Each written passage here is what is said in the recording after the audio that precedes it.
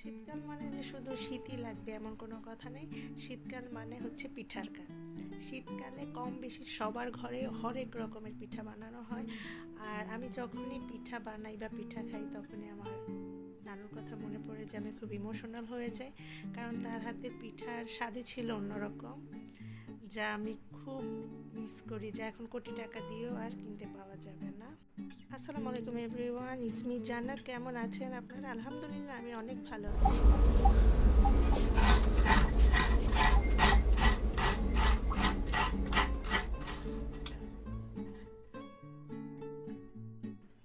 দুধে ভেজানো চিতই পিঠা আমাদের ফ্যামিলির সবার অনেক বেশি পছন্দ।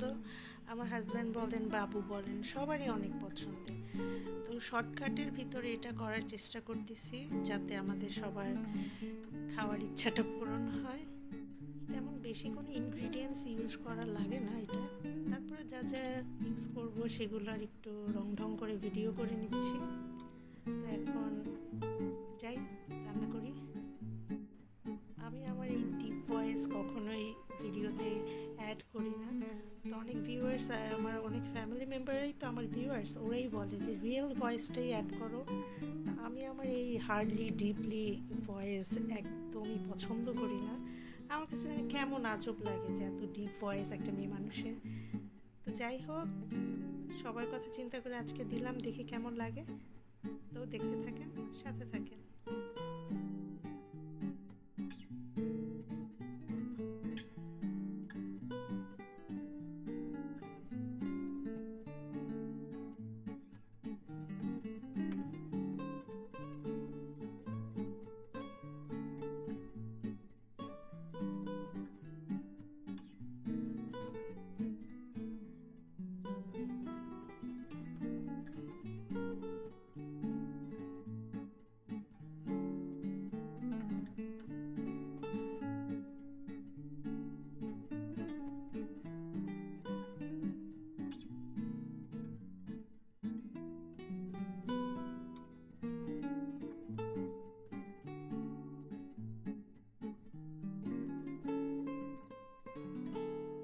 এখন তো ডিজিটাল যুগ। আমার নানুকে দেখতাম সবসময় চিতই পিঠা নিজের হাতে বানিয়ে সেটা দুধে ভিজাতো। তো আমি আর সেই কষ্টটা করিনি। আমি অমিকে দিয়ে বললাম যে পিঠা আলার কাছ থেকে পিঠা নিয়ে আসো। তো পিঠা নিয়ে আসলো। এখন দুধ সুন্দর মতো বলক উঠে গরম গরম অবস্থায় পিঠাগুলো আমি দুধে দিয়ে দিচ্ছি, যাতে সুন্দর মতো পিঠার ভিতরে ভিতরে এই দুধ গুড়ের ফ্লেভারটা যায়।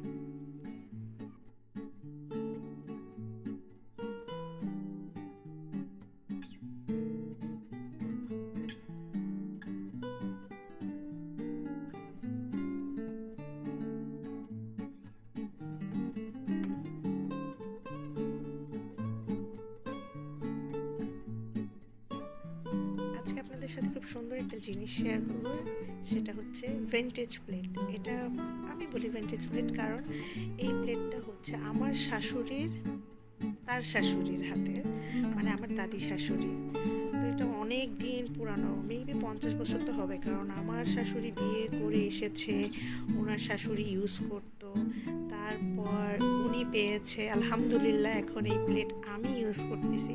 আমার কাছে মানে যত সম্ভব চেষ্টা করবে প্লেট আমি খুব যত্নে রেখে দিব।